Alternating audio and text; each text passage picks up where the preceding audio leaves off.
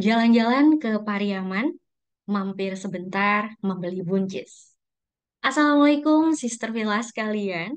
Selamat berjumpa kembali di Caring with Sharing bersama Wish. Alhamdulillah, puji syukur kehadirat Allah Subhanahu wa Ta'ala. Pada siang hari ini, kita semuanya dapat bertemu dalam layar. Semoga semuanya dalam kondisi sehat, dimanapun berada. Salawat dan salam senantiasa tercurah pada junjungan kita Nabi Agung Muhammad SAW. Semoga kelak di hari kiamat, melalui syafaat beliau, kita semuanya akan mendapatkan kemudahan di hari akhir. Hari ini sangat bangga sekaligus bahagia karena saya Atiyah dapat membantu Wish, memandu acara Caring with Sharing kita kali ini yang temanya sangat menarik. Caring with Sharing ke-6 akan membahas tentang lifelong learning bersama Ibunda sekaligus gurunda kita semuanya, Ibu Syukriyah. Nah, sebelum lanjut dengan menyapa beliau dan mendengarkan bersama caring dan sharing oleh Ibu Syukria, kiranya marilah kita buka caring dan sharing kita kali ini dengan mendengarkan bersama lantunan ayat suci Al-Quran yang akan dibawakan oleh Kak Aryuna. Kepada Kak Aryuna, kami silakan.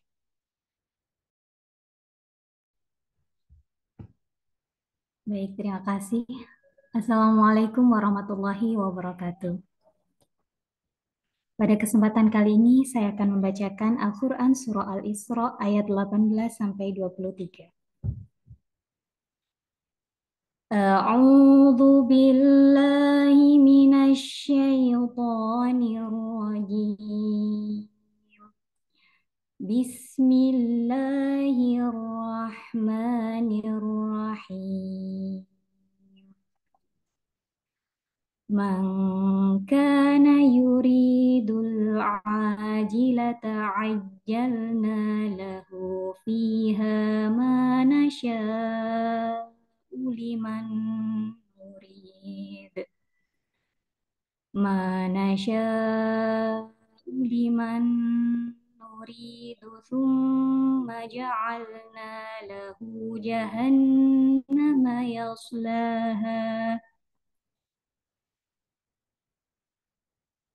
ثم جعلنا له جهنم يصلاها مذموما مدحورا ومن أراد الآخرة وسعى لها سعيها وهو مؤمن فأولئك كان سعيهم مشكورا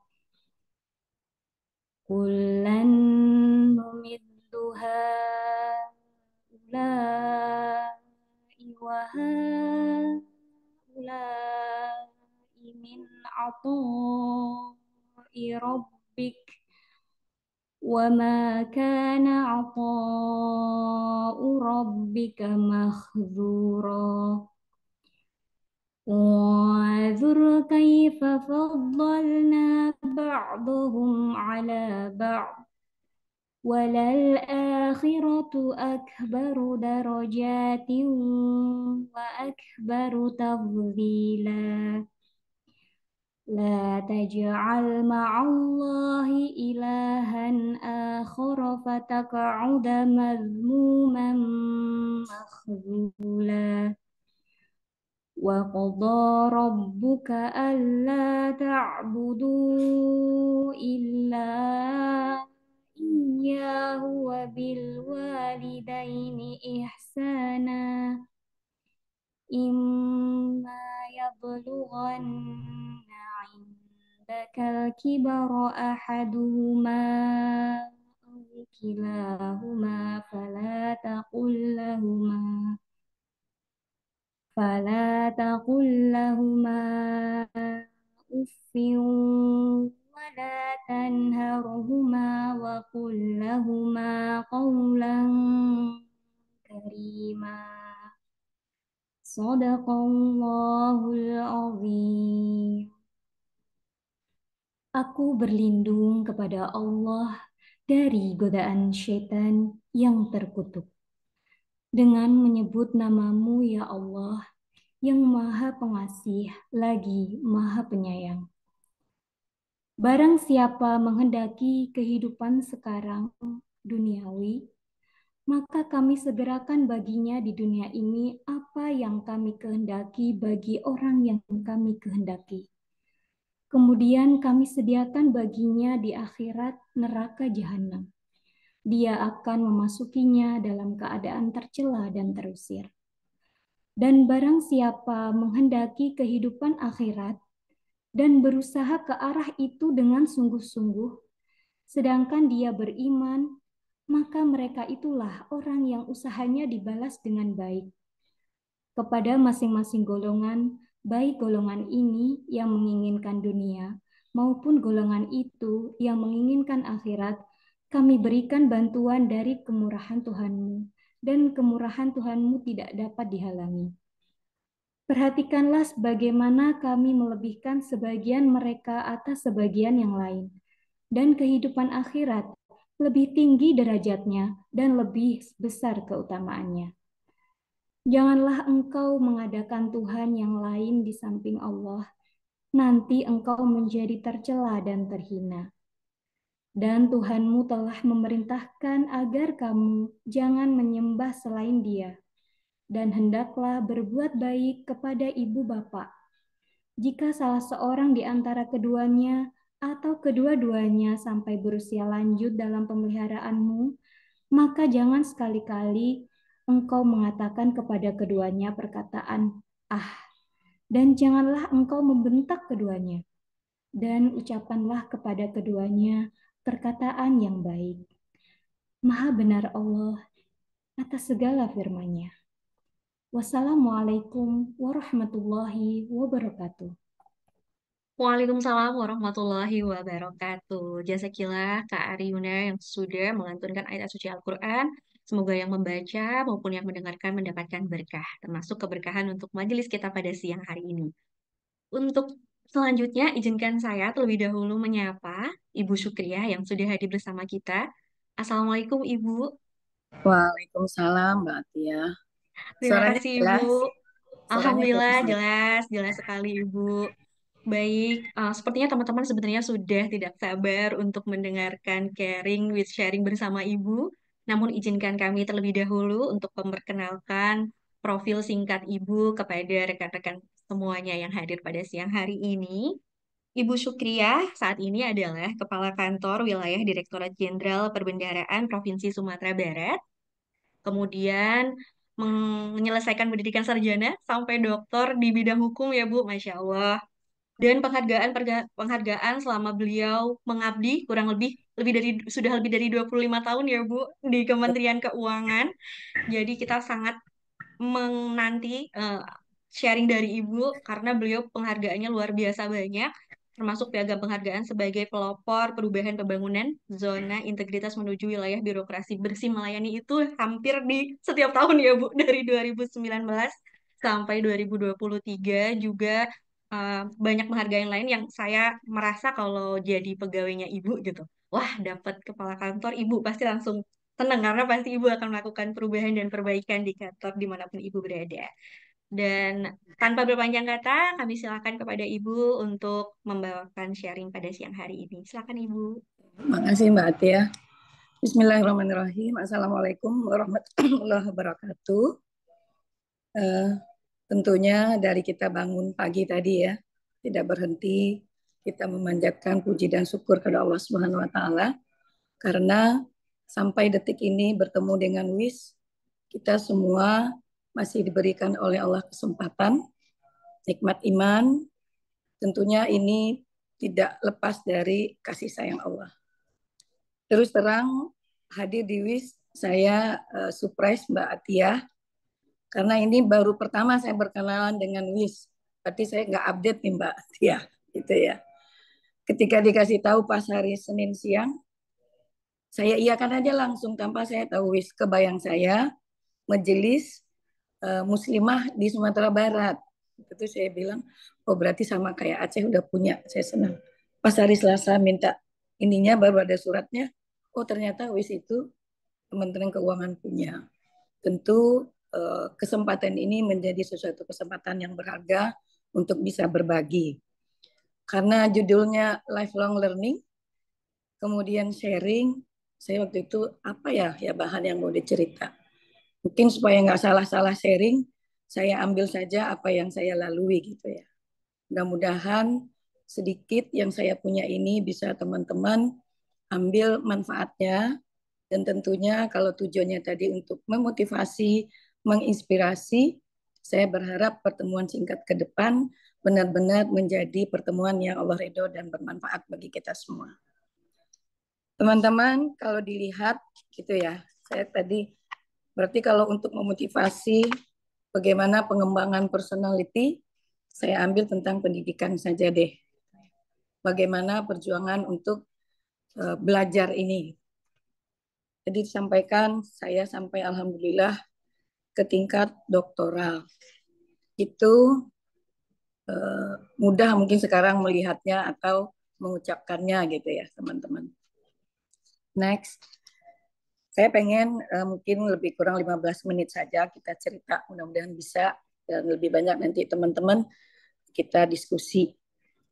SMA, S1, S1 saya tamat 93, kemudian 2 tahun saya jadi 2 tahun, 4 tahun ya jadi pegawai, saya sekolah ke UGM, dan ini kisah-kisahnya tidak sederhana, bagaimana melewatinya, motivasinya apa, kok pengen sekolah, sampai saya sekolah doktoral, itu lebih kurang saya selesaikan 4 tahun teman-teman. Saya memulainya di usia 46 gitu ya, bukan usia muda. Jadi selesainya di usia 50. Kalau untuk sampai pendidikan S1 mungkin rata-rata malah sekarang S2, S3 luar negeri ya. Itu sesuatu hal yang sudah lumrah apalagi kita di Kementerian Keuangan. Motivasi kita beda-beda dan yang menghantarkannya pasti beda-beda. Kalau di saya tahun 2000 itu suami saya kuliah S3 ke UGM. Sementara saya baru bergabung 2 tahun ya, 1,5 tahun setelah kita berpisah juga. Sebelumnya saya di Padang, suami saya di Padang, saya di Jakarta. Balik ke Padang 2 tahun kok dilalahnya dia sekolah. Sementara anak-anak saya masih balita. Sehingga saya berpikir bagaimana supaya saya bisa gabung ke UGM, berarti saya harus sekolah. Karena zaman dulu, ya, tahun 2000-an itu nggak mudah kita pindah-pindah ikut suami. Jadi harus ada sesuatu hal yang juga menguntungkan buat organisasi. Waktu itu saya berpikir harus sekolah. Akhirnya saya sampai di Gajah Mada untuk mendapatkan izin dari pimpinan. Saya waktu itu menyampaikan izin Pak Dirjen, waktu itu masih DJ PLN teman-teman. Berapa lama? Yang lucunya saya ditanya berapa lama bisa menyelesaikan kuliahnya.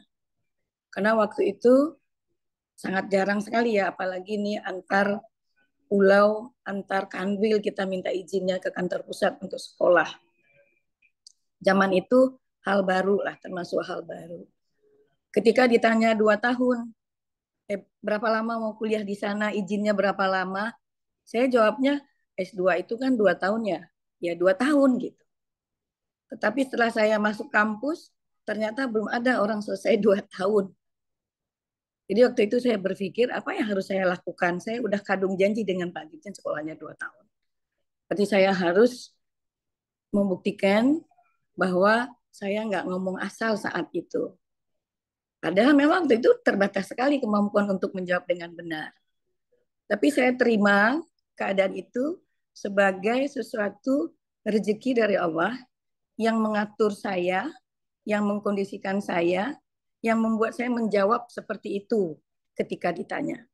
Alhamdulillah, karena sudah bertekad dari awal masuk, saya selesaikan kuliah Master Hukum di Gajah Mada itu 2 tahun. Saya masuk tahun 2000, saya selesaikan tahun 2002. Kemudian, kenapa sampai ke doktoral?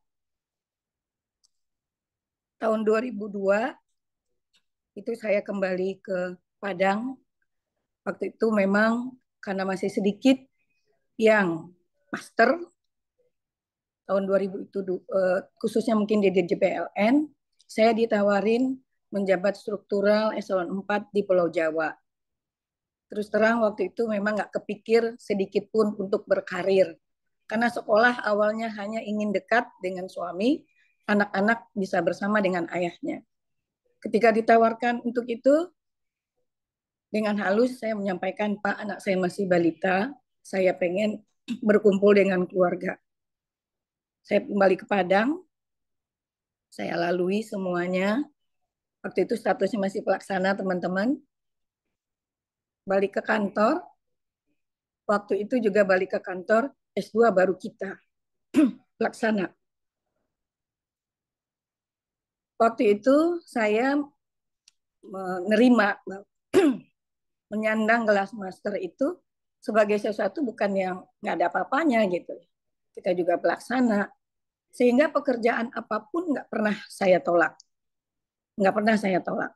Walaupun itu mungkin dianggap kecil gitu ya. Apalagi kalau zaman sekarang kalau orang mengkait-kaitkan, saya kan pejabat, kok disuruh itu. Saya kan kuliahnya tinggi, kok disuruh kerjaan yang begini. Alhamdulillah saat itu nggak ada. Jadi saya kerjakan dengan senang hati, karena waktu itu yang paling penting bagi saya adalah saya bisa pulang. Saya bisa bersama keluarga. Kemudian untuk doktoral teman-teman, itu sebenarnya adalah hadiah. Saya anggap itu hadiah. Mungkin support suami saya juga. Bukan mungkin ya, yang jelas support suami dan keluarga. Dan berkahnya berteman. Jadi tahun 2000, sebelum saya waktu itu di Pekanbaru teman-teman ya. Pekanbaru pindah tahun 2016 ke Bukit Tinggi. Jadi kepala kantor. Waktu itu saya diminta menghadiri ujian promosi teman saya kuliah, Chinese, Nasrani. Tapi kita berteman baik, saling mensupport. Waktu itu mungkin yang membuat dia berkesan adalah ada profesi yang saya bilang ini harus kamu ikuti, belum ada orang di Sumatera Barat. Dia nggak mau ikut, saya paksa ikut terus sampai akhirnya dia mendapat jabatan itu.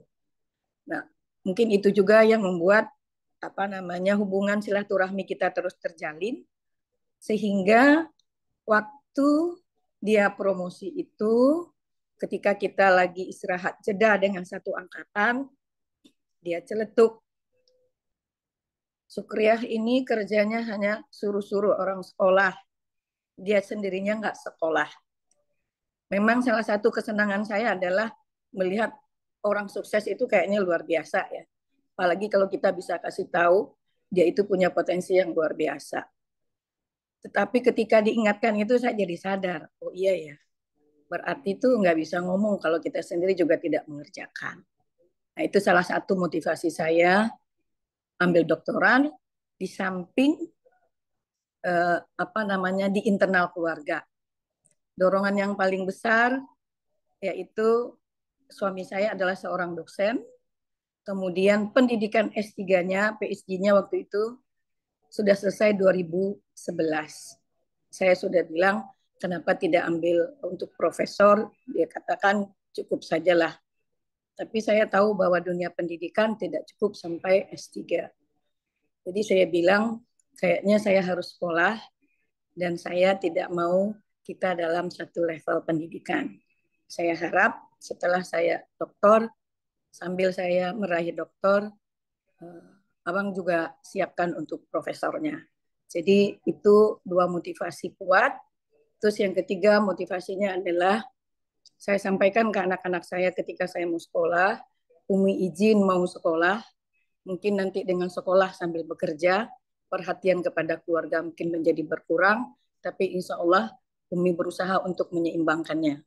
Ketika disupport, saya sampaikan ke anak-anak saya, Umi mau sekolah, nanti sampaikan kepada cucu-cucu Umi kalau Umi udah nggak ada, bahwa tidak ada boleh malas belajar, sedangkan neneknya aja sudah tua masih mau belajar. Jadi itu 3 dorongan kuat saya kenapa saya mengambil doktoral. Itu ya teman-teman. Next. Jadi saya selesaikan pendidikan saya sampai strata 3. Kemudian kalau lewat pekerjaan, saya lebih kurang 11 tahun jadi pelaksana di berbagai kantor gitu ya. Sebenarnya cuma 3 tempat jadi pelaksananya. Jakarta, Padang, Jogja, terus Padang lagi. Kemudian saya dapat amanah setelah 11 tahun jadi pelaksana. Alhamdulillah berkesempatan promosi di tempat saat itu. Dan saya jalani di Sumatera Barat, eselon 4 itu lebih kurang 5 tahun.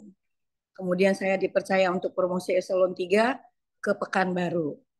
Nah ini mungkin bagi teman-teman tidak mudah seorang ibu mau meninggalkan rumahnya gitu ya. Itu pertama saya meninggalkan keluarga ya yang lama banget lah ya, seminggu. Karena Pekanbaru sama Padang saya laju setiap minggu. Dan banyak hal-hal sentimental sebenarnya yang dijalani di awal-awal. Kita merasa tidak kuat karena jangankan 1 minggu gitu ya, berpisah sehari-hari aja kita nggak ada gitu dalam 10 tahun terakhir. Apalagi anak saya yang kecil waktu itu baru berusia 9 tahun, kelas 4 SD, anak bungsu. Waktu SK-nya dapat, kita diskusi apakah saya akan membawa anak apa tidak, anak bungsu saya. Karena dia dekat banget, apalagi laki-laki satu-satunya. Setelah kita pertimbangan, saya tidak bisa bawa kendaraan. Terus membayangkan alangkah saya banyaknya nanti memberikan masalah buat orang lain, buat kantor, maka kita memutuskan saya sendiri ke Pekanbarunya. Anak tinggal dengan suami. Jadi saya berangkat, alhamdulillah 3 tahun 4 bulan saya di Pekanbaru, teman-teman. Dalam masa 3 tahun 4 bulan itu juga bukan masa yang katakanlah enak saja untuk dijalani gitu ya. Pernah saya minta sama suami saya, kayaknya saya mau pindah aja, resign. Karena kita nggak tahu sampai kapan saya berada di Pekanbaru. Alhamdulillahnya dengan izin Allah suami saya menjawab, jalani saja, insya Allah nggak lama lagi. Kalau kamu pindah ke sana, saya malah berpikir kamu mungkin secara mental tidak akan siap pindah ke tempat yang kamu sebut, katanya. Akhirnya saya manut dengan suami, karena memang setelah saya punya prinsip, reda Allah itu di atas reda orang tua, ketika saya punya suami, saya berharap, apalagi sekarang orang tua sudah tidak ada dua-duanya, berarti reda Allah itu saya harapkan dari reda suami saya. Jadi saya ikut aja apa yang dia sarankan. Nah, dari Pekanbaru saya pindah ke Bukit Tinggi jadi kepala kantor. Itu juga surprise teman-teman, karena saya nggak pernah membayangkan akan menjadi kepala kantor gitu ya. Karena menurut saya sangat challenging membawa satu kantor bisa untuk baik, bagus, dengan berbagai macam latar belakang pegawai kita. Gitu ya. Amanah tidak pernah kita minta, tapi karena dia datang, kita berusaha bagaimana kita menjalankan amanah dengan sebaik-baiknya. Saya jalani amanah sebagai kepala kantor Bukit Tinggi, dan tantangan beratnya langsung double teman-teman. Pertama tadi kita tidak pernah menyangka gitu ya, sinyal juga tidak ada sebelumnya. Terus tahu-tahu dapat SK jadi kepala kantor. Di satu sisi alhamdulillah semakin dekat dari rumah ke Bukit Tinggi gitu ya. Lebih kurang 1,5 jam 2 jam lah dari Padang. Tantangannya apa? Kepala kantor saya bilang, Sukriyah, itu KPKN Bukit Tinggi sedang mengikuti kantor percontohan. Harus jadi juara 1 ya. Langsung ketika itu saya itu mikir, apa bisa ya juara 1? Ini mau belajar memimpin aja belum kebayang seperti apa.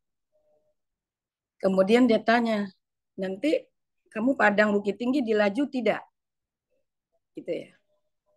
Saya bilang, izin Pak, belum kepikir sama saya Pak, saya gimana menjalani Bukit Tinggi itu. Barusan Bapak mau minta juara 1, yang kepikir sama saya, malah gimana saya bisa juara 1 dengan proses pembelajaran yang baru mau saya mulai. Tapi alhamdulillah, pertama saya prinsipnya ketika diberi amanah, amanah itu bukan hanya datang dari pimpinan, tentunya Allah yang titipkan. Maka saya berusaha untuk menjalankan dengan sebaik-baiknya. Ketika ada harapan organisasi, itu bukan hanya harapan pimpinan di wilayah saya, tapi saya membawa nama waktu itu adalah nama DJKN. Makanya waktu itu saya bertekad, saya harus bisa. Jadi pembelajaran harus bisa itu teman-teman, caranya gimana gitu. Jadi kita harus tahu dulu kita mau ngapain, apa target yang mau kita capai. Kalau tadi mau jadi juara 1, bagaimana supaya jadi juara 1? Juara 1 itu diperoleh seperti apa? Kalau kita namanya tim, tidak mungkin juara itu diperoleh sendiri atau dengan beberapa orang. Berarti harus menjadi keinginan satu kantor. Nah, ini tugasnya bagaimana keinginan menjadi lebih baik, menjadi yang terbaik itu adalah keinginan satu kantor. Lebih kurang 50 orang dengan PPNPM-nya saat itu. Jadi itulah yang mendorong saya terus untuk belajar. Jadi belajar itu tidak hanya formal, apalagi kita di kantor kadang-kadang keterbatasan mau sekolah, saya harus gimana gitu. Banyak. Jadi pembelajaran itu tidak hanya formal, mungkin kalau kita di dunia kerja non formal juga lebih banyak. Alhamdulillah seiring dengan waktu perjuangannya, saya masuk bulan Mei, bulan Agustus itu seleksinya, akhir Agustus, dan pengumumannya di hari uang, alhamdulillah kita mendapatkan peringkat 1 itu. Nah itu alhamdulillah, ternyata apa yang kita raih itu teman-teman, jadi kalau saya di kantor dengan teman-teman, budaya Kementerian Keuangan itu benar. Plan, do, check, action. Kita rencanakan, kerjakan, monitoring, kemudian hasil monitoring kita tindak lanjuti lagi. Dan itu mungkin yang dilakukan juga oleh kantor pusat. Makanya dalam tahun 2016 itu menjadi juara gitu ya. 2017-nya kembali diminta lagi. Jadi juga ikut WBBM, dan itu WBBM Kemenq saat itu. 2018 baru WBK Kemenq, kemudian baru 2018 dapat WBK-nya Menpan, 2019 dapat WBBM-nya Kemenpan. Nah itu semuanya dalam masa 3 tahun itu semuanya adalah proses belajar yang tidak pernah berhenti. Karena apa? Karena kita lalui itu di sela-sela kita melaksanakan tugas pokok kita. Nah, alhamdulillah teman-teman 3 tahun di Bukit Tinggi, kemudian saya diberi kesempatan mengikuti talent eselon 2 dan itu lebih challenging lagi. Saya bilang ke suami saya kayaknya saya nggak ikut lah karena posisinya akan lebih jauh lagi saya dengan keluarga gitu ya. Waktu itu kita udah tahu tempatnya waktu itu disampaikan Aceh sama Papua gitu. Jadi itu jauh-jauh banget kayaknya saya nggak ikut. Tapi kata suami saya, sebagai bentuk kita menghargai kepercayaan organisasi pimpinan, kamu harus ikuti itu dengan sebaik-baiknya. Alhamdulillah, berkat bantuan doa orang banyak, saya lewati itu dan saya terdampar di Aceh. Alhamdulillah tahun ini juga terdampar kembali di kampung halaman. Jadi ketika menjadi kepala kantor Aceh, sebenarnya waktu ninggalin Bukit saya senang karena saya merasa tugas untuk kantor selesai. Berarti BBM saya tinggalkan di Bukit Tinggi dan saya akan memikirkan bagaimana bekerja menjadi pimpinan wilayah, sesuatu yang sangat baru dan itu mungkin akan lebih kompleks lagi. Tapi sampainya di Aceh teman-teman dilalahnya kok ya Aceh belum WBK. Nah itulah tadi mungkin kalau Mbak bilang setiap tahun karena memang seperti itu keadaannya. Jadi karena kondisi Mbak. Jadi 2019 Aceh diminta WBK, alhamdulillah belum WBK, saya masuk di Desember 2020 kita canangkan kembali kita ikut WBK ya. 2019 itu gagal. Alhamdulillah kita dapat di tahun 2020 WBK-nya. Kemudian waktu itu pemahaman saya setahu saya dengan Bu Dini, kalau itu Kepala Biro Organta, Kanwil itu tidak wajib untuk BBM. Jadi saya sudah senang aja. Jadi saya memikirkan bagaimana saat itu tugas penyelesaian sertifikasi BMN yang sangat challenging ya waktu itu saat IJKN karena kita termasuk kanwil-kanwil besar. Artinya penyelesaian targetnya itu dalam angka ribuan barang milik negara yang harus kita sertifikatkan dengan begitu banyaknya masalah di lapangan. Jadi alhamdulillah nih saya nggak akan ikut tahun ini penilaian apapun, tapi saya tetap akan membuat prestasi bersama tim, tetapi tidak dalam hal ini gitu ya. Mungkin prestasi dalam pekerjaan. Karena konsentrasinya ke sana tahun 2021 teman-teman, saya sampaikan berarti tahun ini apalagi yang akan kita capai supaya DJKN Aceh itu punya prestasi di tingkat nasional lingkungan DJKN. Karena tahun 2020 kita itu menyelesaikan sertifikasi waktu itu 40% target nasional. Kemudian di tahun 2020 di saat COVID mau datang gitu ya, kita yang tercepat karena waktu itu targetnya sangat sedikit dari tahun sebelumnya. Jadi triwulan 1 kita selesaikan target yang sedikit itu, nggak sampai 200 bidang. Sementara di tahun 2019 kita menyelesaikan 2.902 bidang, walaupun saya hadir di akhir, saya hanya menyelesaikan 72 bidang 3 minggu sebelum closing tahun, tapi kalau tidak selesai 72 bidang itu dia tidak menjadi 100%. Nah, saya selalu mengajak teman-teman, apalagi yang akan kita buat. Karena ada satu goal yang challenging, maka itu akan mengkondisikan kita untuk terus belajar. Karena kita diminta untuk berpikir, kemudian kita akan memperbaiki yang ada, dan kita pasti terpancing, terkondisi untuk mengembangkan inovasi dan kreativitas kita. Nah, yakin dengan hal itu, dengan budaya, dengan nilai-nilai yang kita anut, kita canangkanlah bahwa tahun 2021 kita kembali akan menjadi yang tercepat walaupun targetnya tahun ini 1.800 bidang gitu ya. Alhamdulillah teman-teman, ya, singkat cerita kita dapatkan itu kembali dan dilalahnya ketika bulan 4 kita diminta untuk mengikuti kanwil percontohan. Di kanwil percontohan ini kan kita bertandingnya dengan eselon 1 yang lain. Nggak kebayang waktu itu sama saya karena kantor kita aja hanya cuma 1 lantai. Terus rasanya prestasi kita juga apa gitu ya mau diadu di tingkat nasional. Tapi karena didorong tadi bahwa ini amanah, tidak boleh mengecewakan, makanya saya bertekad apa yang bisa kita unggulkan.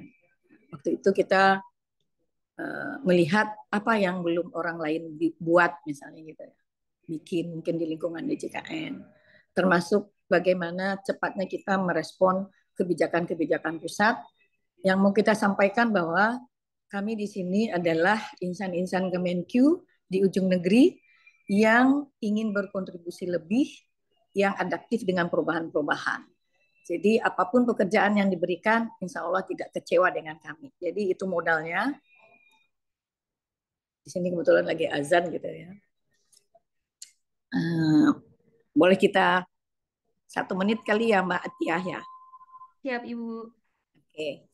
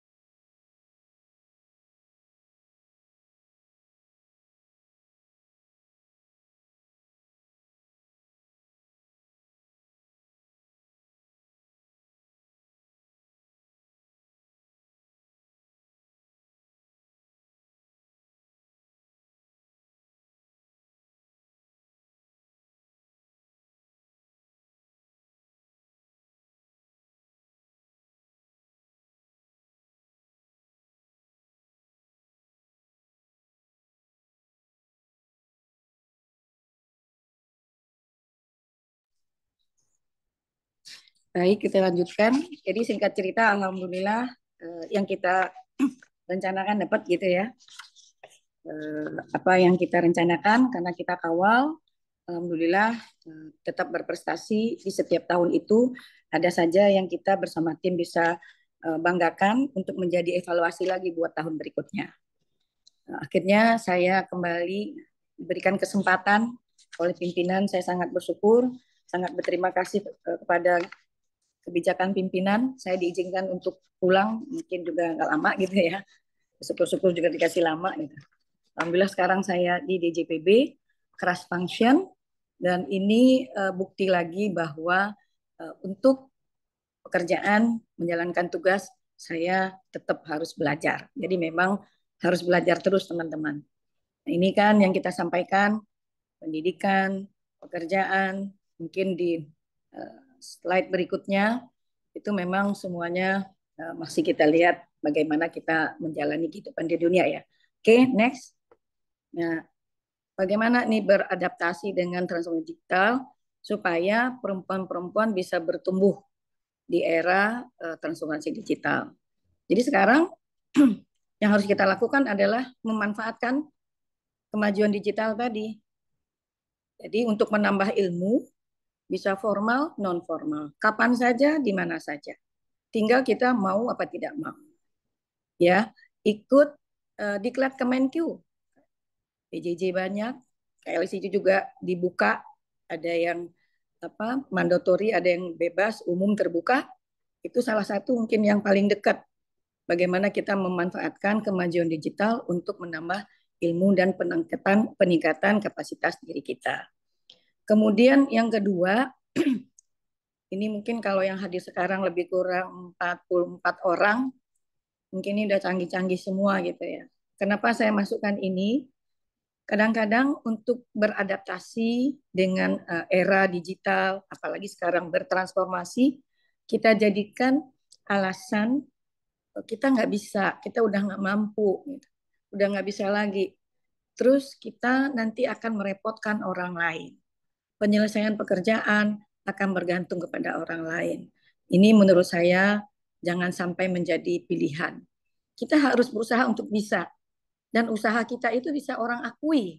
Orang mengakui kita udah berusaha. Kalau nggak bisa juga, mungkin orang pun tetap akan respect dengan kita. Jadi jangan apa-apa, saya nggak bisa. Sehingga penyelesaian pekerjaan saya nanti harusnya tergantung pada orang lain. Kemudian yang ketiga ini, yang memang harus terus belajar.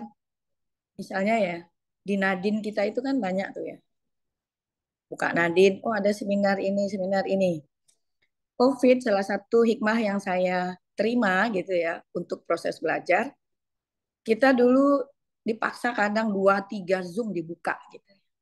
3 tahun menjalani itu saya paling banter hanya bisa ikut 2 Zoom. Untuk bisa saya dapatkan nggak banyak tapi saya dapat lah. Itu paling saya buka 2 Zoom. Nah kalau sekarang minimal kita sambil kerja buka 1 Zoom atau 1 ikut di My Teams, menurut saya sangat bisa lah gitu ya. Karena kita udah dilatih 3 tahun bagaimana membagi konsentrasi. Kemudian yang keempat, konkretnya ini era digital menurut saya bagaimana organisasi kita, apalagi ASN Indonesia yang berintegritas, itu kita membuktikan kemudahan, kemudahan pekerjaan dengan digital, kemudian banyak hal positif dari digital itu sekaligus tantangan bagi kita mau mengakalinya ke arah yang negatif atau justru kita membuktikan apapun perubahan kita tetap berintegritas. Contohnya mungkin kalau dulu saya mungkin orangnya memang agak dengan aturan, bukan karena orang hukum juga, tetapi mungkin latar belakang dari keluarga yang sangat komitmen dengan aturan-aturan yang dibuat gitu ya. Jadi saya kalau aturannya apa ya itu yang saya kerjakan. Ketika kita beradaptasi dengan COVID, kemudian COVID ke normal lagi, contoh kecilnya kita absensi ya.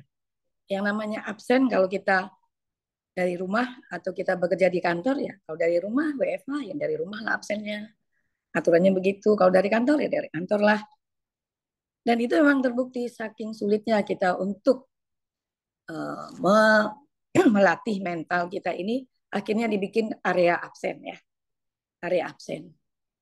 Nggak bisa kita kalau kita bekerja dari kantor, kita absen di rumah, gitu. Akan terbaca. Gitu. Sekarang pakai foto sekian meter dari titik. Itu.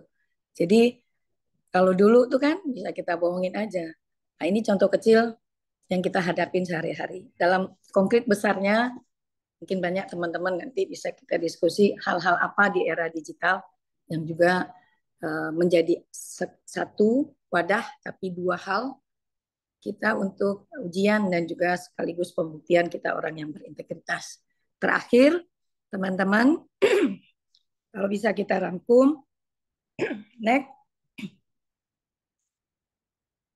bagaimana saya menjalani proses belajar ini kalau disederhanakan perjalanan saya sebagai manusia, insan gitu ya, berawal dari dulu saya anak dari sebuah keluarga, sekarang saya mempunyai keluarga, kemudian bagaimana saya menyeimbangkan posisi saya sebagai ibu, istri, anggota masyarakat juga, anggota keluarga besar saya. Kemudian proses pendidikan secara formal sudah dilalui, tapi proses belajar sejak kita lahir, sejak dari ayunan sampai nanti kita nggak bisa ngapa-ngapain lagi, proses pembelajaran yang panjang, kesempatan belajar yang selalu terbuka. Kemudian dari satu sisi lagi, bagaimana amanah itu datang dan bagaimana mengemban amanah itu. Nah, jadi ini kalau boleh saya menariknya dalam membungkus tiga posisi saya ini dalam satu lingkaran, di mana lingkaran itu di dalam lingkaran itu hanya ada satu titik dan titik itu bisa di mana-mana dan titik itulah yang saya yakini yang maha kuasa. Dimanapun saya berada, di posisi manapun, tetap hanya Tuhan tempat saya kembali, tempat saya mengadu, tempat saya menyelesaikan pekerjaan saya pada akhirnya. Jadi mungkin itu sedikit pemantik buat diskusi, melebihi dari waktu yang saya targetkan. Mudah-mudahan waktu untuk diskusi masih cukup. Saya kembalikan ke Mbak Tiah. Terima kasih. Bila taufik wal hidayah. Assalamualaikum warahmatullahi wabarakatuh. Waalaikumsalam warahmatullahi wabarakatuh. Masya Allah, banyak sekali insight yang kita dapatkan dari Ibu. Dan sepertinya sudah ada yang ingin bertanya. Silahkan apabila ada di antara Sister Villa yang akan berdiskusi atau menanyakan langsung kepada Ibu Syukria, kami silahkan. Yang pertama, kami silahkan Ibu Wahyuni. Ya, terima kasih Mbak Atia Lisyawati atas kesempatan yang diberikan. Assalamualaikum Bu Dr. Hajah Syukria. Izin Bu, saya Waalaikumsalam. bukan bermaksud cari muka ya Bu. Enggak Bu, saya benar-benar sangat menghormati Ibu. Ibu benar-benar menginspirasi saya dan memotivasi saya semenjak saya di Pekanbaru Bu. Jadi sampai gini loh Bu ceritanya ya. Kan nyari kos Bu di Pekanbaru, saya dari Jakarta. Kuning, ini loh tempat kosnya Bu Sukriya dulu di sini. Dan saya langsung, oh, oh iya, biar ketularan suksesnya. Tapi ya tentu saja sukses itu nggak menular begitu saja ya Bu ya. Yang menular itu motivasi dan inspirasi. Ya. Jadi izin bertanya kepada Ibu Hajah Dr. Sukriya. Yang pertama Bu, terkait masalah taat aturan yang tadi Ibu sampaikan. Ini kita kan sebagai seorang ibu kadang ketemu benturan-benturan ya Bu ya. Misalnya seperti Ibu sudah ada cucu. Pastinya ketika anak kita melahirkan itu kan, aduh ini harus nungguin cucu mau lahir, tapi juga ini ada rapat penting, ini di Nadine juga banyak surat penting. Nah ini kira-kira kalau boleh tahu sebagai Ibu Kepala Kanwil atau dulu mungkin Kepala KPKNL di Bukit Tinggi, ini solusinya atau jalan tengahnya seperti apa ketika kita menemui benturan antara keluarga dan kantor, yang mana yang mesti didahulukan, yang diutamakan. Ya sama-sama dua-duanya harus didahulukan, cuman kalau bareng itu rasanya rumit juga ya. Terus Bu, karena Ibu juga pastinya kan stafnya lumayan banyak ya Bu ya, selaku Kepala Kanwil, tentu satu dengan yang lain itu sifatnya juga plural ya, secara background, secara pendidikan, secara pemahaman terhadap budaya maupun nilai-nilai Kemenkeu. Nah, ini bagaimana cara Ibu mengatasi staf yang kayaknya kok susah ya disadarkan gitu. Kita mau keras nanti takutnya dimusuhin. Aduh, ini ibu-ibu kok galak banget sih, nggak manusiawi gitu ya. Tapi kalau kita lemah lembut tapi kok nggak didengerin, nggak segera memperbaiki gitu, nggak segera memperbaiki kinerjanya. Terus Bu, yang terakhir banyak banget ini nanyanya borongan. Ini kiatnya Ibu apa ya? Maksudnya gini, kalau dari sisi pendidikan saya lihat itu kan luar biasa ya, dari suami Ibu profesor, Ibu sendiri S3, putra-putri juga sudah S2 semua. Caranya apa ya Bu mengatasi rasa bosan, rasa lelah ketika kita belajar atau bekerja, atau gini, udahlah, udah S3 udah cukup, kalau S3 udah maksimal ya Bu ya, udahlah, udah S1 udah cukup, sudahlah S2 juga udah jarang kok yang S2. Ini seperti apa dari dalam diri Ibu maupun cara memotivasi keluarga supaya ayo ayo kita eh, belajar lebih tinggi lagi gitu, ke jenjang lebih tinggi seperti itu. Kurang lebih itu saja Bu Sukriah. Mbak Atia, terima kasih. Wassalamualaikum warahmatullahi wabarakatuh. Aduh, berat nih pertanyaannya Mbak Ning nih. Mbak Ning makasih ya. Karena memang Mbak Ning kita ketemu udah pekan baru ya dalam Mbak. Jadi begini, mana yang harus didahulukan? Ya, kepentingan keluarga, kepentingan kita, atau kepentingan kantor. Lihat case-nya Mbak Ning. Pertama lihat case-nya. Kalau misalnya nih, saya hari ini harus rapat apa namanya? Rapat yang tidak bisa orang menggantikannya. Akan terganggu itu. Sementara dalam sisi lain, katakanlah anak saya lahiran nih. Misalnya nih ya, kan itu dilema banget kata Mbak Ning tadi. Alhamdulillah kemarin waktu lahiran nggak, lahirannya malam Mbak Ning, jadi dia tahu neneknya nggak bisa izin lahirannya malam gitu ya. Jadi supaya neneknya nggak kasih masalah gitu ya. Tapi kalau ketemu seperti itu gimana gitu kan ya. Kalau tidak ada orang lain yang kapasitasnya bisa menggantikan posisi dengan amanah yang kita ambil, maka kita harus lakukan tugas kantor. Kita kasih pengertian di rumah. Karena pasti tuh kalau dinilai-nilai lagi pasti nggak akan berdosa juga kita sampaikan ke suami atau siapa anak gitu ya. Karena tadi mungkin saya dari awal sudah memulai apapun yang saya lakukan itu dengan komitmen keluarga ya, keluarga inti saya. Jadi apapun yang saya kerjakan itu bukan maunya saya semata-mata, tapi itu komitmen kita bersama yang mempunyai konsekuensi-konsekuensi. Jadi ketika ketemu masalah ini, mungkin saya sedikit tidak sulit untuk menyampaikannya atau berdiskusinya. Saya izin saya ke kantor hari ini gitu ya. Karena ada komitmen di awal gitu ya. Ini konsekuensi saya menjalankan amanah yang saya terima itu gitu loh. Jadi alhamdulillah itu sudah menjadi komitmen di keluarga saya, suami dan anak-anak gitu ya. Jadi tetap kita dahulukan kepentingan kantor, Mbak Ning. Kalau kita akan mengambil kepentingan keluarga, kita cuti saja.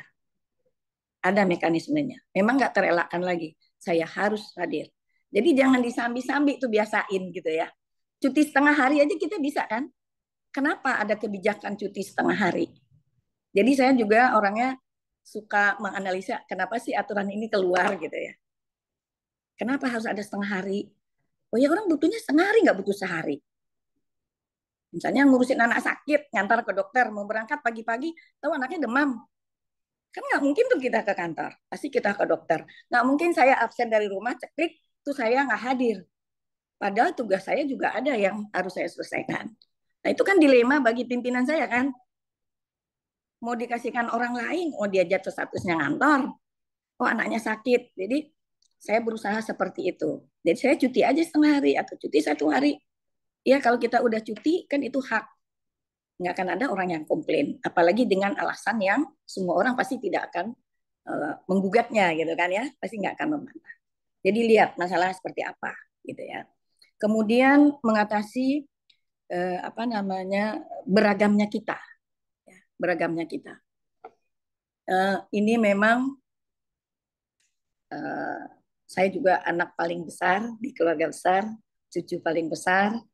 Kemudian orangnya dari dulu memang senang berteman. senang banyak orang gitu ya. Ini mungkin juga sedikit membantu. Dan saya dibesarkan di asrama TNI yang sangat heterogen, agama, budaya gitu ya, suku bangsanya gitu ya. Jadi itu juga membentuk karakter saya dari kecil.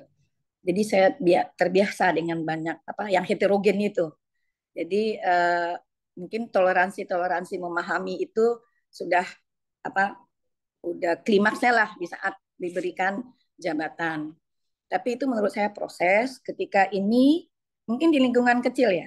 Jangankan jadi pejabat, kita sesatu seksi, kita satu bidang, kita satu kantor. Bagaimana kita memahami keberagaman kita? Mbak Ning, apa sekarang jabatannya? Kasih KI, Bu. Kasih Kepemimpinan. KI. Kasih KI mengontrol tuh pekerjaan satu kantor. Satu kantor. Kalau kata saya bilang tuh udah jadinya wakil kepala kantor itu sebenarnya kasih KI. Karena dia memastikan kantor ini bekerja baik, kantor ini bekerja benar, kemudian capaiannya maksimal, ya kan? Jadi udah jadi wakil kepala kantor tuh sebenarnya kasih KI. Nah pasti Mbak Ning juga mau bikin, ini seksi diminta ya, ND udah ada nih dengan kepala kantor komit, untuk bikin laporan saya, tanggal sekian harus masuk ya. Tapi apakah semuanya bisa serta-merta memenuhi?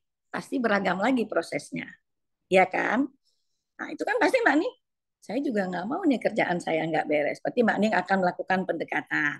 Berarti pendekatannya secara general nggak bisa, berarti saya harus face to face, ya.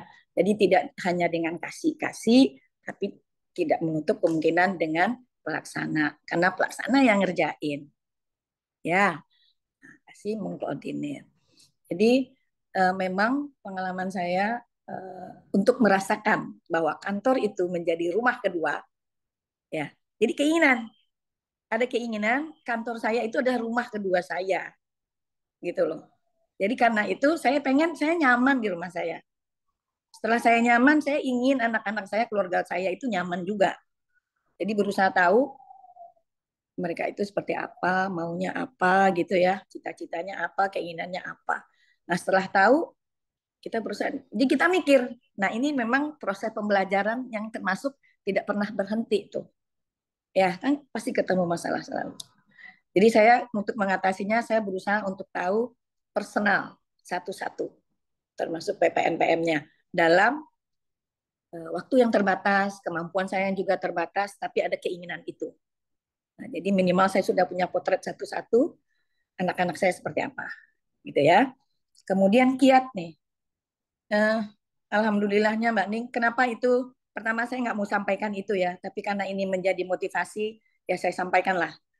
Awalnya suami saya 2011 sudah doktor, nggak punya keinginan untuk profesor gitu ya. Kemudian 2016 saya bertekad dia harus profesor karena saya meyakini dunia pendidikan dia harus sampai di level itu gitu ya. Jangan dia support saya saja, saya supportnya apa untuk dia maksimal gitu ya. Jadi dia udah izinkan saya sekolah, dia harus dapat profesornya, itu tekad saya juga. Jadi makanya itu teman-teman, 2020 saya doktor, 2020 Agustus saya doktornya, 4 tahun saya ambil, 2021 akhir Desember SK profesor suami saya keluar. Jadi alhamdulillah gitu ya bisa seiring. Kemudian anak-anak saya nggak pernah memaksa anak-anak saya untuk sekolah-sekolah itu enggak, tapi mungkin dengan sendirinya gitu ya. Karena dari kecil anak-anak kita kasih tanggung jawab waktu itu ya katakanlah ya dari dia TK, SD gitu ya. Bahwa belajar itu bukan untuk siapa-siapa, untuk dia gitu ya. Jadi kalau anak saya dulu kalau waktu TK tuh nggak dikasih PR nggak pulang Mbak Ning. Orang menghindari PR ya. Dia alhamdulillah nggak dikasih PR. Gurunya bilang ini anaknya beda. Aneh banget Bu.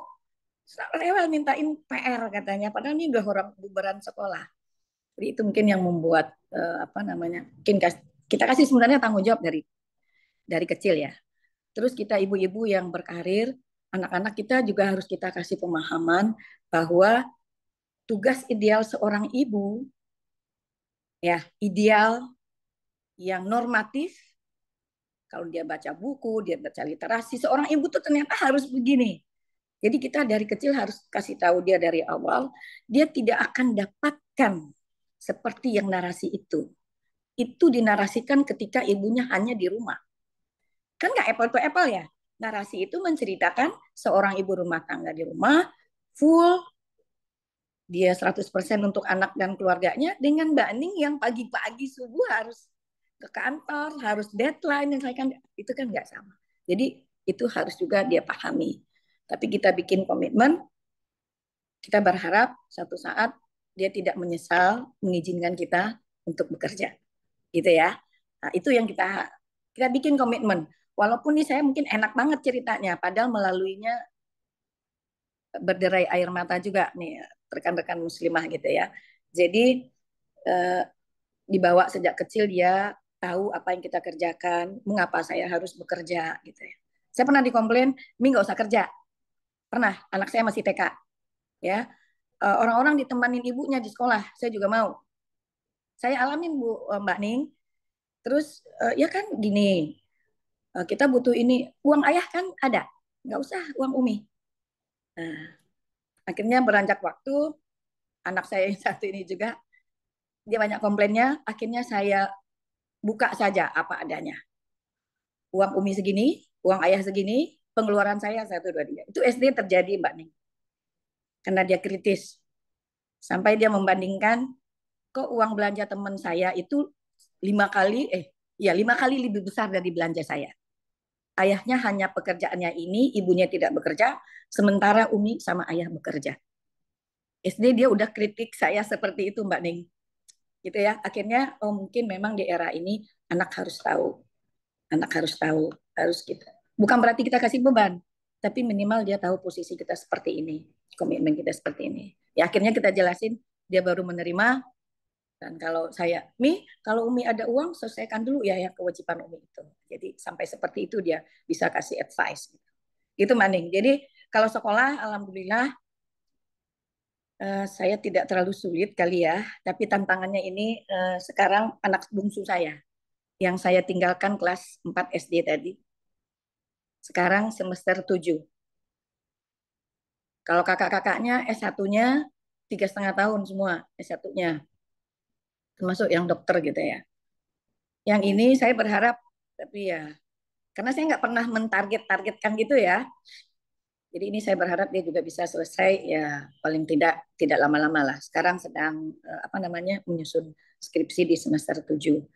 Jadi alhamdulillahnya saya tidak terlalu kesulitan. Mungkin karena dari awal punya komitmen dengan suami bahwa kalau kita di rumah, ini tugas ayah cari uang, kalau hanya di rumah aja ya, tugas ibu mengurusin anak, mendidik anak. Tetapi ketika saya memutuskan diizinkan bekerja sama suami saat itu, berarti kita bikin komitmen, tidak ada tugas Umi, tugas ayah, tapi tugas kita berdua. Nah, mungkin gitu, Mbak Ning. Mudah-mudahan menjawab gitu ya. Siap. Terima kasih banyak Bu Haja Dr. Supriya. Kami doakan jadi profesor. Mbak Ning malu. Amin, amin, amin. Saya nggak ada keinginan menjadi profesor karena waktu itu saya sudah bertekad saya tidak akan satu level dengan suami saya. Dari situ itunya. Oke ya, tapi nggak tahu lah ya Tuhan. Nggak tahu. Iya. Saya nggak ada. Oke, makasih Mbak Ning. Iya, sama-sama Bu. Makasih. Baik, mohon izin apakah Ibu masih ada waktu, Bu, untuk satu pertanyaan lagi? Silahkan kepada Mbak Rina. Terima kasih Mbak Aris. Assalamualaikum warahmatullahi wabarakatuh. Iya, salam kenal. Terima kasih saya Rina dari BKH. Oke. Tadi terima kasih banyak buat sharingnya. Tadi saya apa ya mendengarkan itu terharu banget gitu kan dari mengenai jalanan ibu. Jadi mungkin ini tuh apa ya saya ngerasa jadi relate banget gitu ya dengan materinya karena jujur saat ini saya sedang berada pada posisi yang lebih kritis gitu ya. Um, saya kan memang rencana ingin ambil ke jenjang studi ya Bu ya, atau S3. Nah, terus di satu sisi, saya alhamdulillah dikaruniai ya Bu. Nah, kemudian di rumah ini, jadi saya merasa sekarang ya lifelong learning saya tuh memang apa ya Allah mengarahkan untuk uh, menjaga dan mendidik ke lingkungan ini gitu ya Bu. Jadi menurut saya itu adalah pembelajaran saya yang paling berharga gitu ya di rumah gitu. Cuman memang saya juga punya aspirasi untuk terus ya pendidikan saya gitu ya, supaya apa, supaya menjadi contoh buat anak saya juga, dan untuk saya juga supaya bisa lebih kontributif lagi gitu ya Bu yang. Nah, cuman saat ini itu memang agak ada sedikit PR gitu ya di rumah dengan anak-anak yang mungkin Ibu juga eh, ini ya Bu ya berpengalaman, apalagi anaknya sudah menginjak balik gitu ya Bu. Tapi saya merasa baliknya sudah tapi akilnya belum gitu ya Bu. Jadi aduh ya ampun gitu ya. Jadi saya merasa itu jadi PR banget buat saya gitu. Nah saat ini tuh dilematisnya kenapa gitu, karena eh, rencananya kan saya mau kuliahnya tuh keluar. Nah, dengan kondisi misalnya anak gitu ya, sedang ada masalah, bukan masalah sih ya sebenarnya, mungkin saya yang melihatnya sebagai masalah gitu. Sayanya masih ada apa ya, masih belum bisa gitu ya Bu ya untuk mencapai kondisi yang menurut saya ideal gitu di rumah. Nah, kapan sih Bu kita misalnya kita punya personal growth sendiri gitu, terus kita juga punya family goals. Nah, sebelumnya kan memang kalau idealnya kan personal growth kita itu berada di dalam bagian dari family goals-nya. Nah, tapi pada saat kondisi seperti apa sih, maksudnya kita harus ya, ya udah kita pause dulu gitu ya, injek rem dulu lah personal growth-nya gitu ya untuk family goals-nya gitu. Atau ini justru jadi challenge gitu ya, maksudnya ya udah maju aja terus gitu ya. Oh ya ini saya juga ini karena usia saya sudah, kalau nanti ini ntar beasiswanya udah nggak bisa gitu ya Bu ya. Jadi ini tuh sedang di posisi seperti itu gitu Bu. Apakah saya berusaha untuk mendamaikan dulu antara saya dan kondisi anak saya gitu ya, atau memang ya udah lanjut sambil jalan gitu. Mungkin bisa di-share Ibu pengalaman Ibu saat tadi mungkin lebih detail menghadapi kondisi seperti itu seperti apa. Terima kasih. Oke, makasih Mbak Rina. Wah, lebih berat lagi nih pertanyaannya gitu ya. Berat lagi nih gitu. Tapi pertama, apapun kondisi kita gitu ya. Ini kita sama-sama belajar ya. Jadi ini sharing ini bukan berarti saya lebih jago, enggak. Ya, saya yakin nih yang hadir di sini itu potensinya jauh-jauh lebih dari saya gitu ya. Saya banyak kurangnya, teman-temannya yang enggak tahu. Jadi pertama, ketika kita berada di titik lemah, kita harus bawah, ya tetap aja tuh kita harus pertama sangka baik sama Allah. Ya, apapun yang kita terima itu adalah kun fayakunnya Allah. Allah tidak pernah apa tidak sayang sama hambanya. Karena sayanglah dia kasih kita yang kata kita sekarang ini dilema gitu ya. Berarti Allah akan mengangkat derajat kita. Kita percaya itu bahwa ini karena kun fayakunnya Allah. Di kantor, kalau saya tidak sekolah lagi, maka ada kesempatan yang akan hilang. Di sisi lain, anak-anak saya sedang butuh saya. Gitu ya. Nah, kalau yang di saya pribadi, Mbak Rina gitu ya, memang kita harus memilih. Kata orang kan hidup ini pilihan. Kemudian bertanggung jawablah dengan pilihan. Kalau untuk menetapkan pilihan dari banyak pilihan, di agama kita kadang apa harus istiqoroh katanya gitu ya. Walaupun menjalaninya itu juga nggak mudah gitu kan ya.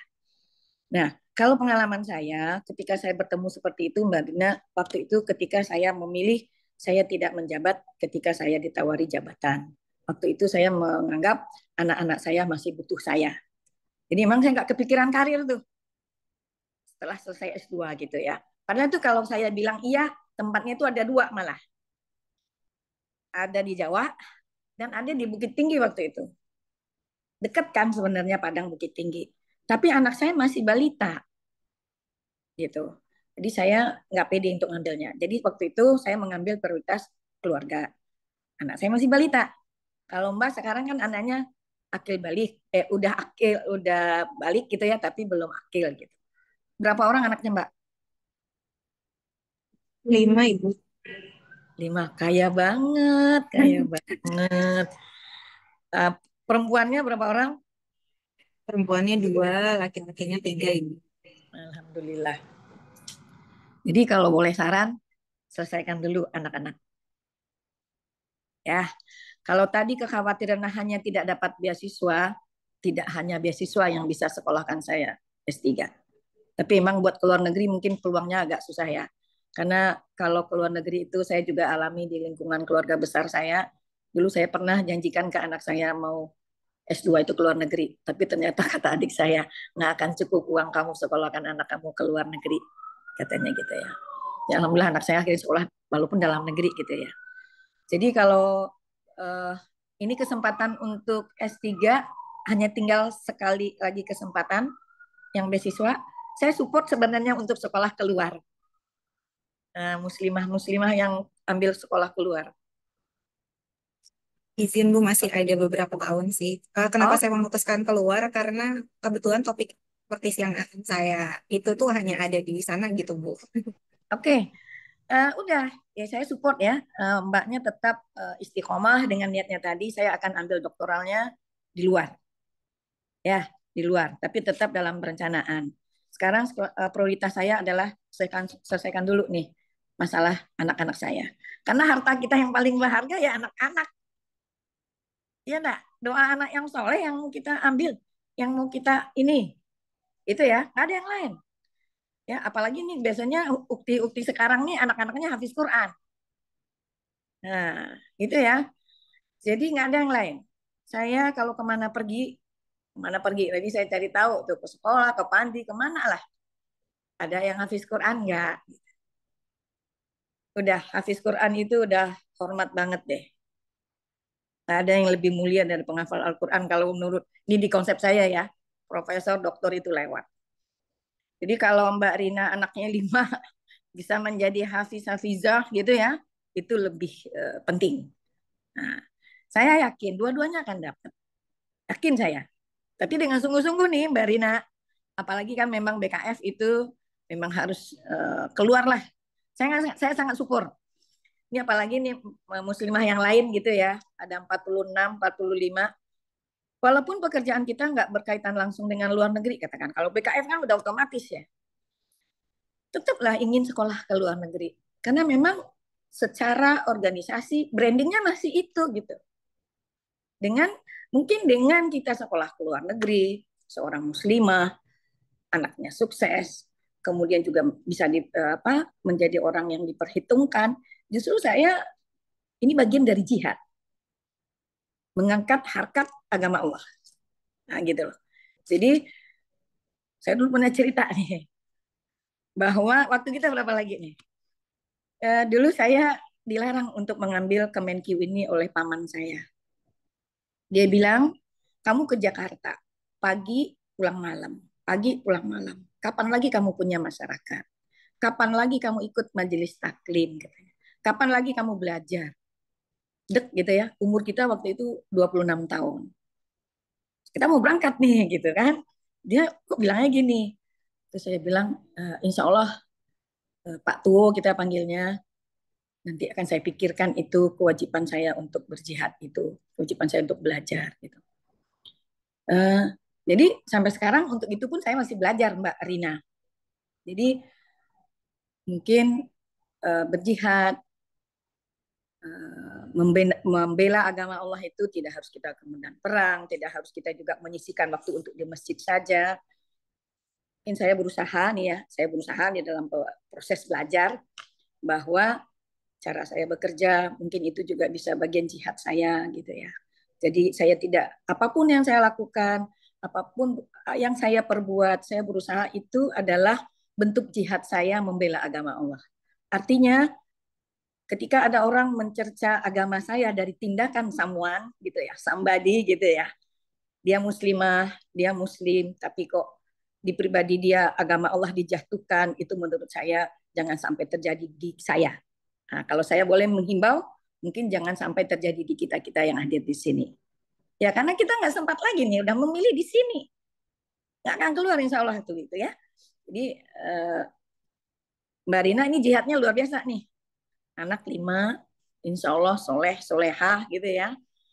Kemudian bisa jadi hafiz-hafizah gitu. Nanti Mbak Rina karena ada beberapa tahun lagi kesempatan untuk LPDP, saya doakan tetap dapat LPDP-nya.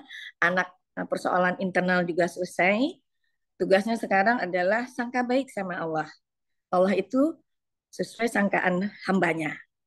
Kemudian jangan ragu untuk berbuat baik apapun, sekecil apapun, jangan pernah berpikir 2 kali. Ya kan? Tiada balasan kebaikan, pasti kebaikan lagi. Kebaikan kamu untuk kamu, gitu ya, ada beberapa ayat itu ya di Al-Quran. Yang tidak baik, ya itu untuk kamu juga gitu. Pasti orang yang berpikir akan memilih untuk berbuat baik. Gitu kan ya. Jadi Mbak Rima nggak usah terbebani. Ini sunnatullah. Nah, ini bentuk kasih sayangnya Allah kepada Marina gitu. Jadi terima ini sebagai bentuk kasih sayang Allah. Yang terus itu kita selalu mikir, kok begini ya? Kan mikir ya, saya harus selesaikan. Tapi harus tetapkan goalnya dulu. Sekarang kalau boleh kita sepakat goalnya adalah anak-anak, keluarga. Kalau boleh kita sepakat, kita selesaikan dulu. Mudah-mudahan kita tetap berdoa meminta sama Allah kasihkan jalan kemudahan, anak-anak kita dikasihkan petunjuk, dilembutkan hatinya supaya dia paham bahwa untuk besar tumbuh semuanya harus saling mendukung. Ibu nggak bisa lebih baik kalau anak-anak tidak mendukung. Anak-anak juga tidak bisa dapat yang terbaik. Ya, sekolah sekarang mahal. Ya kan? Iya enggak? Puluhan juta. Nah, kalau ibu nggak kerja, ibu khawatir tidak bisa kasihkan pendidikan yang terbaik. Gitu ya. Kasih makan yang terbaik. Nah, jadi nanti banyak Mbak. Harus dijaga juga. Mungkin kita belajar ke diri kita. Saya sampai sekarang pun masih belajar bahwa saya berkeyakinan saya harus pastikan halalan toyiban yang saya kasihkan ke anak-anak saya gitu ya. Dan itu bagaimana kita terus belajar nih, halal aja, toyibannya seperti apa, ketika saya gaji saya segini, itu apa pantas saya bawa pulang, apakah memang sudah seharusnya ini hak saya, gitu. Jadi itu juga proses pembelajaran menurut saya. Jadi di posisi manapun, apapun, memang belajar terus menerus ini memang kita gitu. Memang kita nih muslimah Kemenkyu gitu ya. Nah, memang kita selalu belajar dari ayunan sampai nanti berhenti. Gitu lebih kurang. Nanti kalau mau diskusi, saya terbuka ya. Nanti nomor HP saya silakan diambil. Saya senang sekali bisa berbagi karena pengalaman saya dari diskusi banyak, justru saya yang banyak belajar. Saya banyak yang dapat ilmu gitu. Mungkin itu Mbak Rina, semoga bisa menjawab. Mbak Atia, saya kembalikan ke Mbak Atia. Terima kasih banyak ya, Bu. Terima kasih kepada Ibu Wahyuning dan Mbak Dina dan tentu saja kepada Ibu Sukriyah yang selama 1 jam ini telah membersamai kita menyampaikan banyak sekali nasihat kalau bagi saya pribadi ya Bu karena hampir semuanya relate sebagai ibu yang berkarir semua yang Ibu sampaikan itu menjadi lembaran baru dan semoga menjadi prinsip kami juga setelah hari Benar. ini bisa mencontoh ibu tetap semangat untuk memperoleh pendidikan yang lebih baik terus-menerus, menjadi contoh untuk keluarga dan tentu saja tetap harmonis dengan keluarga terutama dengan suami. Sebenarnya saya mau ada satu pertanyaan bonus buat teman-teman yang masih cari suami. Gimana caranya Boleh. dapat suami seperti ibu? Seperti suami ibu. Ah, oh, ya singkat saja ya. Saya Boleh, Bu. singkat saja, saya dengan suami saya tidak pacaran. Kalau boleh dibilang saya dijodohkan. Dan modal waktu itu adalah saya percaya orang tua saya pilihkan yang terbaik. Waktu itu saya hanya cari reda Allah melalui mengabulkan permintaan orang tua saya. Nah, walaupun di awal itu kayaknya di sehari-hari saya waktu saya kuliah tuh kayaknya nggak ke situ banget deh gitu ya. Tapi orang saya memilihkan ini. Jadi itu juga prosesnya khusus nanti kita bahas ya Mbak Atia. Itu prosesnya juga sesuatu yang historis sekali bagi saya gitu ya. Ketika saya dijodohkan gitu ya, sampai saya menikah orang tua saya ternyata meninggal gitu ya. Banyak deh ceritanya. Apa kalau orang menikah pasti kita ingin ayah kita yang menjadi wali nikah. Ya, saya berharap ketika saya turuti kata permohonan ayah saya, papa saya ikutin kemauannya karena saya berharap dia yang akan menjadi wali nikah saya. Walaupun saat itu dia bilang kamu boleh dengan si A, tapi bukan saya wali nikahnya. Kamu bisa tetap menikah, kita carikan wali hakimnya katanya. Langsung saya mundur. Tapi ketika saya mengikuti permintaan ayah saya, justru dia dipanggil yang kuasa. Jadi tetap bukan dia yang menjadi wali nikah saya. Jadi ujian pembelajaran itu apapun tuh. Jadi sekarang apapun yang teman-teman alami ya. Nah, kalau masih single, saya diingatkan berarti doanya yang paling panjang yang pertama itu yaitu, ya Allah dekatkanlah jodoh saya. Ya Allah berilah saya imam yang akan membawa saya ke surgamu. Yang akan bisa memberikan kepada saya kebahagiaan dunia dan akhirat. Sederhana aja. Nggak ada kita minta orang kaya. Nggak ada saya juga minta profesor dulu waktu itu gitu ya. Jadi orang yang bisa itu menjalaninya berderai air mata juga Mbak Atia. Nah, gitu ya. Jadi kembali kepada kita, bagaimana nanti kita masuk. Saya doakan kalau ada yang belum bertemu jodoh, anak saya juga satu belum temu jodoh yang besar. Jadi cucu saya itu di anak saya yang nomor dua, ya sama-sama berdoa lah. Ya, terutama ini doa orang tua, mungkin perbaiki dulu hubungan kita dengan orang tua, semoga doanya, dia berdoa baik pasti, tapi mungkin kitanya yang perlu perbaikan hubungan dengan orang tua, gitu ya. Bisa jadi ini menjadi koreksi kita. Nah, gitu. Oke, Mbak Atia, semoga sedikit membawa pencerahan. Saya doakan segera Baik. segera bertemu nih dengan Nah, imam-imamnya. Amin. iya, Ya. amin. Siapapun yang masih mencari, tadi kita doakan sama-sama. Semoga bertemu dengan imam yang solih seperti yang tadi Ibu sampaikan. Alhamdulillah, kita sudah di penghujung acara. Ibu masih ada beberapa pengumuman untuk rekan-rekan Sister Villa Wis. Tetap kembali, kami ucapkan terima kasih banyak atas kesediaan dan perkenan Ibu hadir dalam kegiatan kami. Semoga seterusnya silaturahim kita tetap terjaga, Ibu, dan seterusnya Ibu dapat menjadi inspirasi kami. Apabila Ibu masih ada waktu dan berkenan untuk bersama kami sampai akhir, kami sangat berterima kasih. Namun dalam hal Ibu ada agenda lain, kami juga mempersilahkan apabila Ibu akan leave dari ruang ini, namun tetap kita saling mendoakan Ibu. Terima kasih banyak atas kehadiran Ibu dan Terima semoga Ibu selalu kasih. sehat seterusnya. Amin. Saya ikutin, tapi mungkin saya mungkin nggak apa kameranya mungkin saya matikan supaya tidak mengganggu teman-teman gitu ya.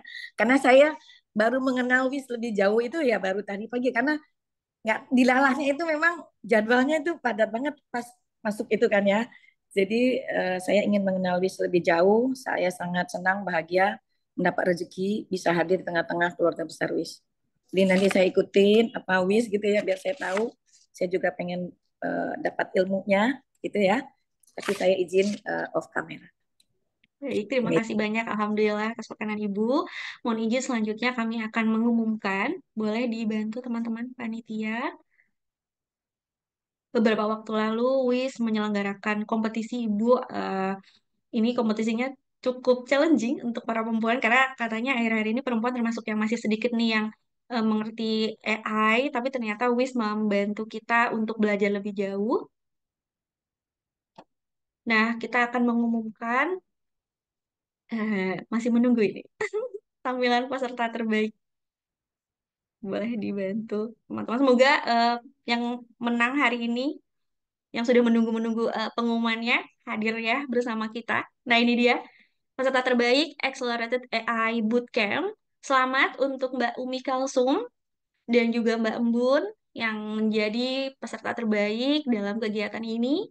Nanti silakan menghubungi panitia atau panitia akan menghubungi ya. Silakan Mbak Umi Kalsum dan Mbak Embun bisa langsung menghubungi panitia. Mungkin di chat ya, silakan nanti menghubungi untuk pengiriman hadiahnya. Selanjutnya kita juga akan mengumumkan BBW berikutnya nih, baca bareng WIS.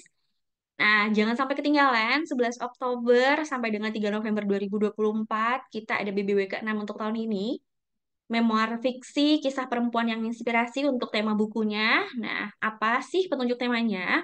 Novel atau karya fiksi dengan tokoh utama perempuan, di mana kita bisa mengambil inspirasi, hikmah maupun pembelajaran. Jadi tidak harus berupa profil seseorang ya, boleh juga novel ini dan karya fiksi yang di dalamnya ada tokoh perempuan yang menginspirasi kita. Nah, syaratnya apa? Yang pertama terdaftar sebagai anggota komunitas WIS dan tergabung dalam grup WhatsApp. Ini nanti juga bisa di-share bagaimana cara bergabungnya. Kemudian setiap periode memiliki tema berbeda, boleh mengikuti pada periode partisipasi tentu saja, tidak harus panjang BBW. Jadi kalau kali ini sedang ada kesempatan dan ada buku yang cocok, silahkan bergabung. Dan selanjutnya periode partisipasi meliputi waktu membaca dan juga jangan lupa mengunggah hasil membaca atau reviewnya di media sosial Sister Villa semuanya dan men-tag akun Wish Kemenq. Karena kita juga akan ada hadiah ya di Baca Bareng Wish, akan dipilih reviewer terbaik. Nah, di sini ada masih lanjut di syarat ikut BBW-nya, boleh mengikuti challenge BBW sendiri atau bahkan bareng tim. Biar makin semangat untuk baca buku, bisa bareng-bareng dengan 2 atau 3 orang. Nah, di sini terdiri dari 3 orang ya maksimalnya untuk jadi reading buddies. Satu tim membaca buku yang sama dan melakukan review secara bersama-sama juga. Kemudian mengunggah reviewnya melalui akun media sosial masing-masing dan tag akun @wishkemenq dan sertakan tagarnya Baca Bareng Wis, BBB 2024, dan Perempuan Menginspirasi. Nah, kita lihat kriteria penilaiannya apa saja. 60% dari kedalaman isi reviewnya, termasuk apa sih kelebihan dan kekurangan dari bukunya. 30% dari kreativitas dalam menyajikan review atau konten. Jadi silahkan optimalkan kreativitas teman-teman semuanya. Dan yang terakhir 10%-nya dari kesesuaian judul buku dengan tema. Lebih baik jika dijelaskan juga kenapa memilih judul buku yang dibaca. Selanjutnya, nah ini dia referensi bukunya. Ada Cinta di Ujung Sajadah. Kecil ya ternyata, tapi nggak apa-apa, kita bisa baca. Kemudian Bidadari Bermata Bening, dan juga ada dari Mbak Asmana Diani, Assalamualaikum Baitullah. Wow, menarik semua sepertinya. Hadiah pemenangnya apa? Menarik banget, ada dua pemenang dengan review terbaik, bisa memilih hadiah buku senilai maksimal Rp100.000, atau boleh juga memilih untuk berlangganan Gramedia Digital ya. Di situ isinya banyak sekali buku-buku digital yang disediakan oleh Gramedia. Nah, waktu untuk subscribe-nya selama 1 bulan. Jadi, jangan menunggu lama, silahkan langsung bisa join di bit.ly/ikut BBW. Dan sepertinya ini udah akhir dari pertemuan kita di Caring with Sharing yang keenam, lifelong learning, yang benar-benar jadi salah satu titik balik untuk kita semuanya, insya Allah, untuk selalu semangat menjadi salah satu sifat dari Muslim sejati, yaitu pembelajar seumur hidup. Mari kita tutup dengan penutup majelis kita. Subhanakallahumma wa bihamdika, asyhadu alla ilaha illa anta, astaghfiruka wa atubu ilaik. Sampai jumpa di Caring with Sharing Wish berikutnya. Kalau ini menjadi agenda positif dari teman-teman yang hadir, please share juga ya ke teman-teman semua yang belum hadir hari ini. Dan sebagai penutup, aku masih ada satu pantun. Jangan lupa bilang cakep ya. Ya, main ke kali, lalu ke hutan. Habis itu paling seru minumnya kelapa utuh. Sampai jumpa kembali di lain kesempatan.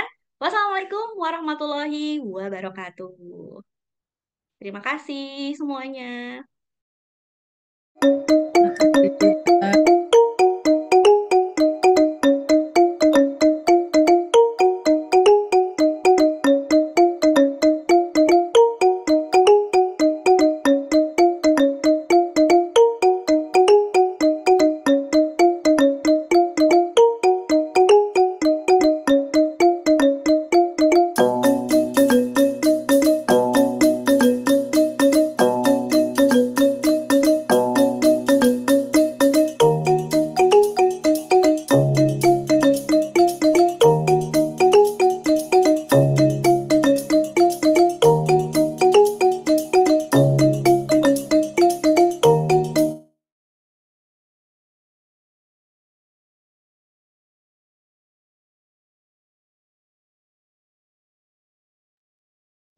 Terima kasih Bu Ibu, Ibu dan Mbak semua.